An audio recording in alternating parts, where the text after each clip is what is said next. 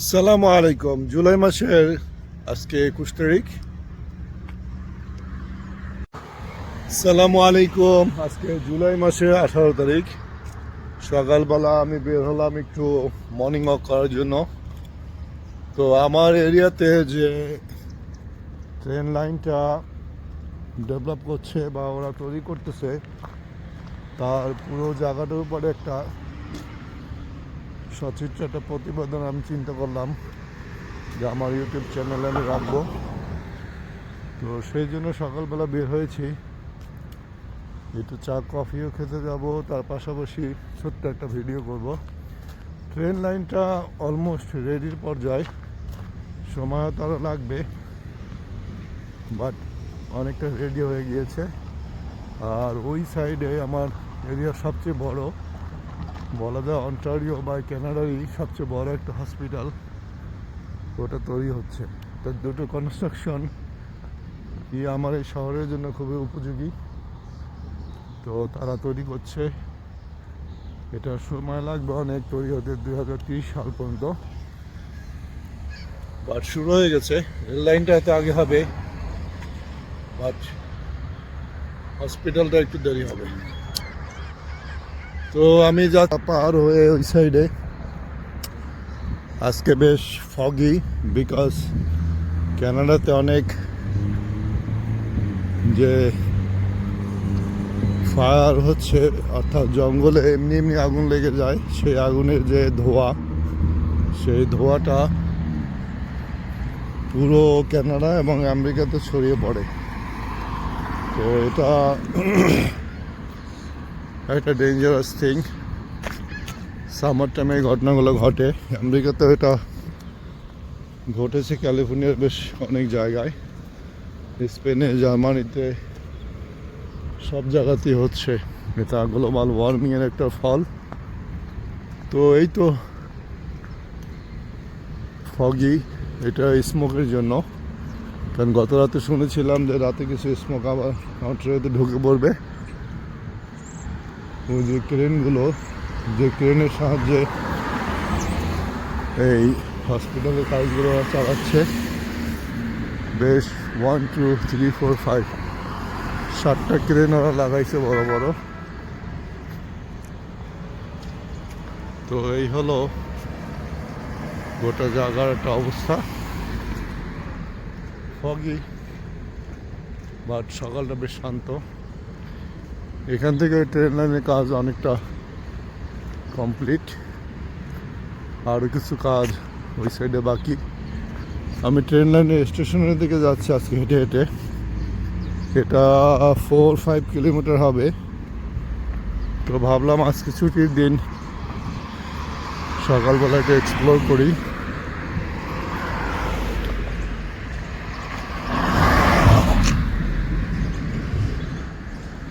এখানে সকাল 7টা বাজে নাই, ক্রেন চলতেছে, তার মানে 24 আওয়ার্স হয়তো কাজ চলে। তো 24 আওয়ার্স কাজ চললে আশা করা যায় হসপিটালের কাজ বাজ হয়ে যাবে ইনশাল্লাহ, অনেক বেশি সময় লাগবে না। আর এদেশে প্রজেক্ট টাইম খুব একটা বাড়ানো হয় না। এদেশটায় আবাসিক এরিয়া, ঠিক টাইমের মধ্যে প্রজেক্টগুলো কমপ্লিট করার চেষ্টা করে কন্ট্রাক্টররা। কারণ এক একজন কন্ট্রাক্টর অনেক বড়, তারা তাদের কাজগুলো সঠিক টাইমেই হ্যান্ড ওভার করে কোম্পানির যে একটা গুডউইল, সেই জন্য। তো আমি যাচ্ছি স্টেশনের দিকে, পুরো ট্রেন স্টেশনটা আজকে দেখানোর চেষ্টা করব। এই হলো এই হসপিটালের যে সাউথ সাইডের এন্ট্রান্স। এই জায়গাটা হলো এখান থেকে বড় বড় গাড়িগুলো ঢোকে, এবং এখানে একটা ইউনিভার্সিটিও রয়েছে। এটার নামটা বোধ হয় এই ইউনিভার্সিটির নামে একটা রোড। তো এখান থেকে ট্রেন লাইনের কাজগুলো মিড পর্যায়ে রয়েছে, হয়তো শেষ হয়ে যাবে, সময় বেশি ওরা নেবে না। চলে এসেছি সুন্দর একটা জায়গায়। এখান থেকে হয়ে আমি ওই স্টেশনের দিকে যাব, ট্রেন স্টেশনে। তো এই জায়গাটা ওরা নতুন করেছে, এই যে সাইড ওয়াকগুলো নতুন, ওই সাইডটাতে ট্রেনের লাইনের কাজ চলছে। এখানে লাইনটা সবেমাত্র শুরু করেছে, ওই সাইডটাতে অলমোস্ট শেষ, আর স্টেশনটা করেছে ওই দিকটাতে। এই জায়গাটা আগে ফাঁকা থাকতো, এখানে ওরা সাইড অফিস করেছে, বেশ ভালোই লাগছে। এই ব্রিজটা ওরা নতুন করেছে, আগে ওই সাইডের ব্রিজটা ছিল, আর এই ব্রিজটা ওরা নতুন করেছে যেহেতু ট্রেন লাইন এক্সটেনশন হচ্ছে, এই জন্য এটা একটা আন্ডারপাস। এখানে উপরে একটা রেল লাইন আছে, এই জন্য এই ব্রিজটা ওরা নতুন করেছে। এটাও করতে সময় নিয়েছে বছর 2। কাজ খুবই ভালো হয়েছে। আমার কণ্ঠ প্রতিধ্বনিত হচ্ছে, সকালবেলা খুব একটা গাড়ি নেই। ভাটোরা ব্রিজের ভিতরে যথেষ্ট লাইট রয়েছে, কিন্তু লাইটটা বোধহয় সকাল 6টার সময় অফ।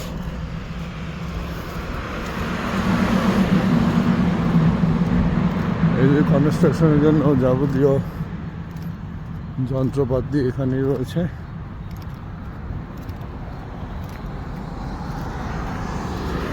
এখানে আমি অনেক দিন পরে হাঁটতে আসলাম, ভাবলাম সবসময় গাড়িতে যাই, একটু সকালবেলা সাইডটা এক্সপ্লোর করি। বড় বড় এক্সকাভেটর এবং ছোট বড় সবই এখানে সাইড ওয়াক হচ্ছে এখনো। এটা হলো হাইওয়ের একটা র্যাম্প, এটাও নতুন উদ্বোধন করেছে। এখান থেকে QEW হাইওয়ে ধরে চলে যাওয়া যায়, তার ওই সাইডেও কাজগুলো চলতেছে। রেল লাইনের কাজ এখানেও বেশ শুরুর পর্যায়ে, মাঝে মাঝে ওরা কাজ কমপ্লিট করেছে রোডের যে যাতায়াত এবং ট্রাফিকের অনুযায়ী, আর কিছু কিছু জায়গা আবার শুরু করেছে। এইসব রোডগুলোই ওরা যে গুরুত্ব অনুযায়ী কমপ্লিট করেছে, এবং লেস ইম্পর্টেন্ট জায়গাগুলো পরে কমপ্লিট করতেছে। যেমন এটা একটা ইন্টারসেকশন, এখানে রেল লাইনটা আগেই বসিয়ে দিয়েছে, কারণ এখান থেকে গাড়ি টার্ন করে। এটা কমপ্লিট, এই যে রোড এবং রেল লাইন দুটোই এখানে কাজ করবে, এটা কমপ্লিট করে নিয়েছে। আর ওই জায়গাগুলো এখন পর্যন্ত কমপ্লিট হয় নাই, কোথাও শুরু কোথাও মধ্য পর্যায়ে রয়েছে কাজ। তো দেখা যাক। যাত্রাপথে সুন্দর সুন্দর ফুল ফুটে আছে, জানি না এই ফুলটার নাম কি। বাংলাদেশের ধুত্রা ফুলের মতো, ধুত্রা ফুল সাদা কালার, এটা হচ্ছে একটু অন্য কালার। বাড়িটার গাছগুলো সম্ভবত প্রতি বছরই এমনি এমনি জন্মায়, কি ফুল আমি জানি না, তবে খুব সুন্দর ফুল। বাড়িটার সামনে ফুল গাছ সাজিয়ে আমাদের দেখতে বেশ ভালোই লাগতেছে। গোটা জায়গাটা খুবই সুন্দর, এবং বাড়িগুলো সিমসাম, ছোট্ট বাড়ি থাকার জন্য বেশ ভালো।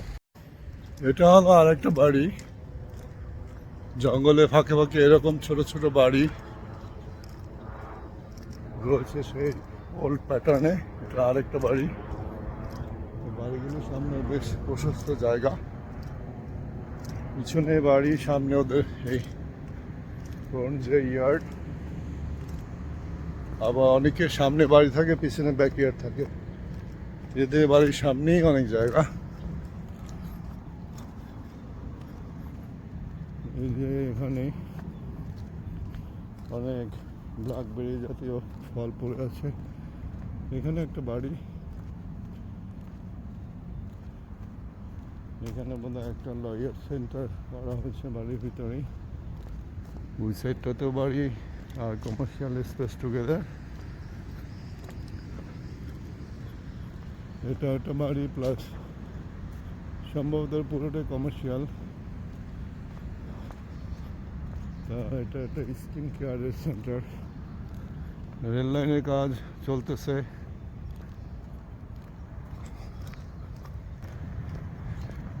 ল্যাম্পপোস্টের মতো একটা খাম্বা লাগিয়েছে সাদা, ওটা কি হবে আমি জানি না।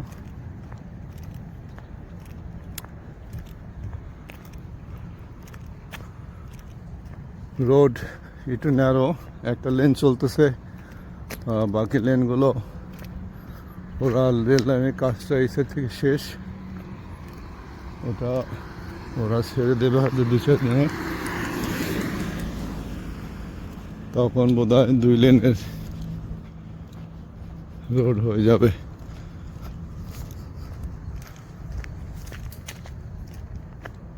কত বড় গাছ, বিশাল সাইজের গাছ। এই প্রপার্টিগুলো অনেক পুরনো। এটা আমার শহর থেকে একটু সাউথের দিকে। এই প্রপার্টিটা পুরো খালি, সম্ভবত কোনো বাড়ি ছিল, এখন নাই। গাছগুলো শত শত বছর পুরনো গাছ। এই যে সুন্দর একটা বাড়ি, ছোট্ট বাড়ি, কিন্তু দেখতে ভালোই লাগছে। কতগুলো গাড়ি রয়েছে, কারণ বাড়ি থাকলে গাড়ি থাকতে হবে, নতুবা সে কাজে যাবে কিভাবে। এখানে একটা বাড়ি, এটা বোধহয় ক্লিনিক করা হয়েছে। তো এভাবে কানাডার যে যাত্রাপথে একটা বাড়ির একটা কাঠের দেয়াল দেখলাম, এত সুন্দর দেয়াল। কাঠগুলো তো ক্যানাডিয়ান কাঠ, খুবই সুন্দর, উডের তৈরি। এই যে ওয়াল, এটা দেখার মতো বেশ বড় বাট উডের দেয়াল, খুব ভালো লাগলো। আরেকটা ব্রিজ ওরা করেছে, যে ব্রিজটা আগে ছিল না। এটা দুটো রেল ব্রিজ, উপর থেকে রেল যায়, কারণ এখান থেকে এই যে নতুন যে রেল লাইন হয়েছে, এই রেলটা স্টেশনে ঢুকবে, তার যে এই জায়গাটা থেকে, এই জন্য উপর থেকে একটা ব্রিজ করে যে অন্য যে রেলটা আছে তার লাইনটা সচল রেখেছে। তো এভাবেই ওরা সিটিটাকে কানেক্ট করে যাচ্ছে, এক সিটির সাথে আরেক সিটি। এই হলো স্টেশন। এই যে এখানকার মতো যে ট্রেন, যে স্টেশন, যে নতুন ট্রেন হচ্ছে, এই স্টেশনের যে অফিসটা, এটা ঠিক এরকম, স্টিল আন্ডার কনস্ট্রাকশন, হয়তো মধ্য পর্যায়ে, কাজগুলো চলছে ভাবে। এই যে আমি স্টেশনের শেষ মাথায় চলে এসেছি, এখানেই ওই ট্রেনের লাস্ট স্টেশন হবে, এবং এখান থেকে নামার পরে ওদিকে আরেকটা স্টেশন, ওই স্টেশনে কানেক্ট করা হবে। এই হলো পোর্ট কেডির এরিয়াতে স্টেশনের শেষ পর্যায়ে, যেখানে আমি দাঁড়িয়ে আছি। একটা পার্কের ভিতরে ঢুকলাম। এই পার্কে আমি জীবনে আসিনি, ভাবলাম নতুন কোনো জায়গা এটা এক্সপ্লোর করি। এখানে সুইমিং পুলের ব্যবস্থা বোধহয় রয়েছে ছোটোখাটো, পিছনে কি আমি জানি না। তবে এর সামনে এই যে বড় বিল্ডিংগুলো, এগুলো হলো বয়স্কদের থাকার জায়গা, যেখানে মানুষ বয়স হলে পরে বাড়িঘর বিক্রি করে চলে আসে একটু স্বাধীনভাবে থাকার জন্য, বৃদ্ধাশ্রমও বলা যায় বাংলাদেশের। তো এর পিছনে যে পার্কটা ছিল, এটা আমি জানতাম না, বেশ সুন্দর একটা পার্ক, ভালোই লাগলো। দেখি নতুন পথে হাঁটার আমার খুব আগ্রহ। এই রোডটা হয়তো ওই রোডে কানেক্ট করবে, এখান থেকে যাচ্ছি। দেখি এখন একটু আমি নাস্তা খাবো, কফি খাবো আমার প্রিয় সেই টিম হর্টনে, তারপরে হাঁটাহাঁটি করবো। এমনি সকালবেলা, তারপরে Saturday people, they are sleeping. Especially Canadian যারা আছে ওরা বেশ স্লিপ করতে পছন্দ করে। বাট সিটি বাসগুলো রানিং, কিছু মানুষ কাজে যাচ্ছে যার যা প্রয়োজন অনুযায়ী। তো আমি দেখি এই দোকানটাতে ঢুকবো, কিছু খাবার কিনবো, বেগেল আর আমার প্রিয় কফি। চলে এসছে আমার সেই প্রিয় কফি বেগেল নিয়ে। কফি বেগেলটা এখন খাবো, তারপরে আবার ঢুকতে যাবো।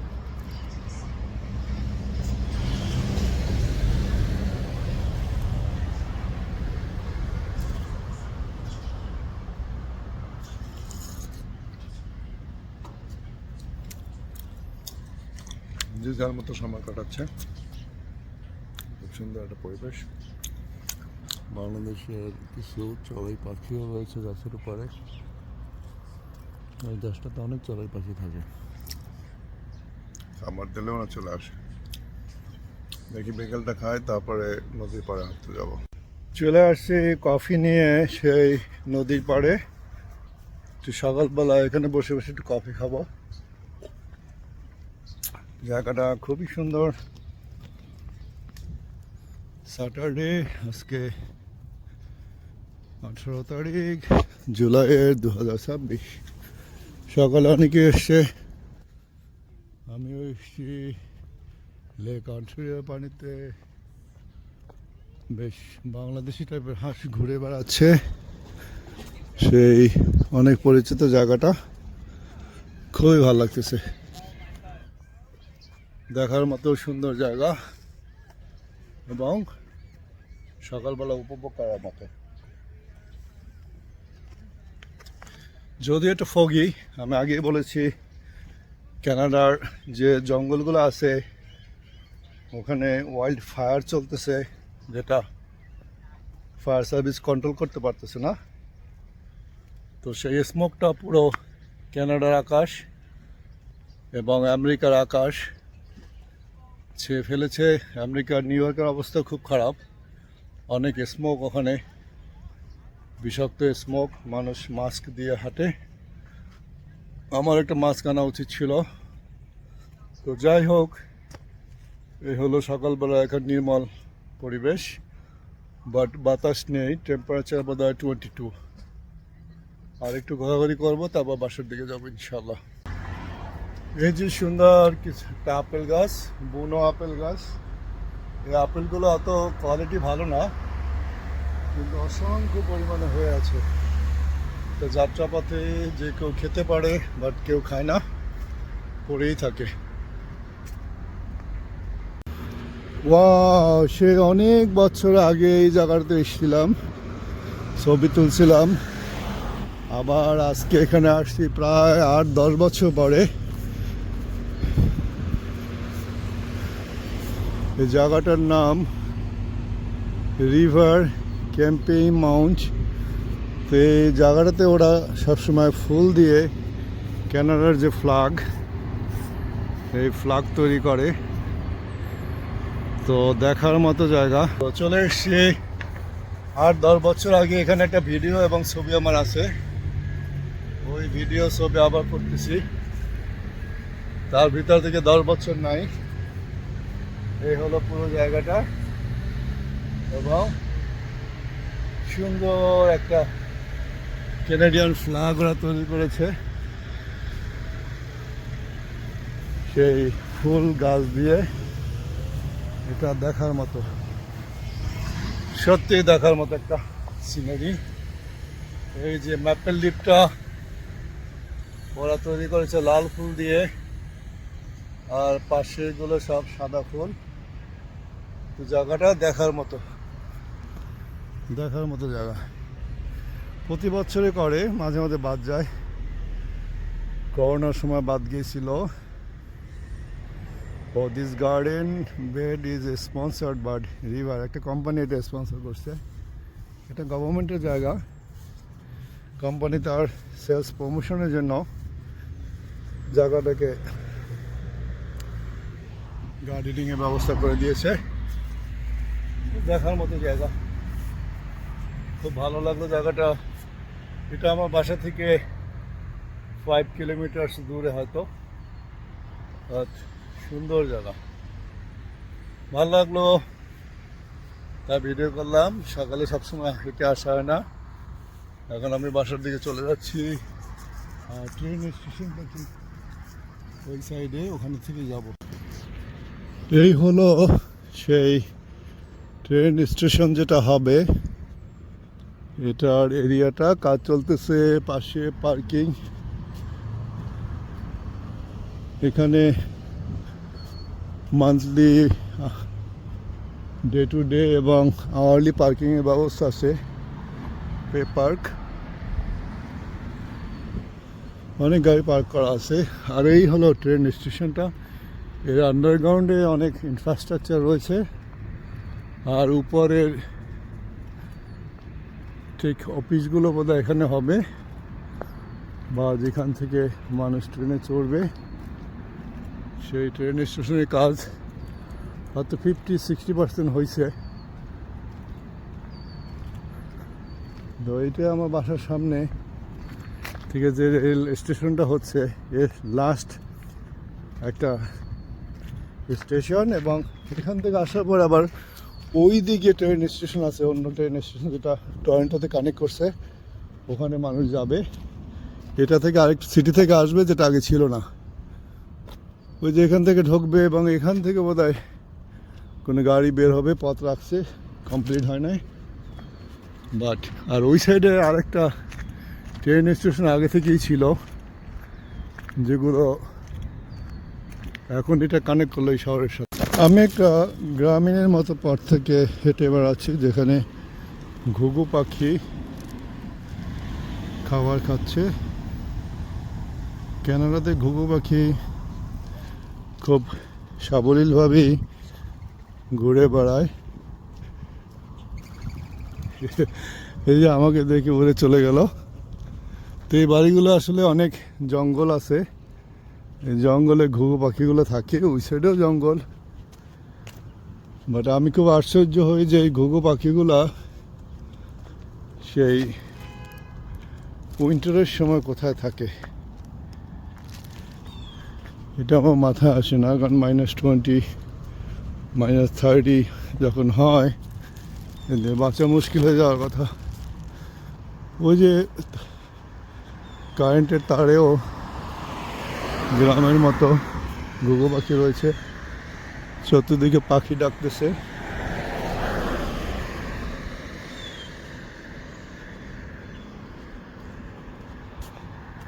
আমি আবার হেঁটে হেঁটে আমার বাসার দিকে চলে যাচ্ছি।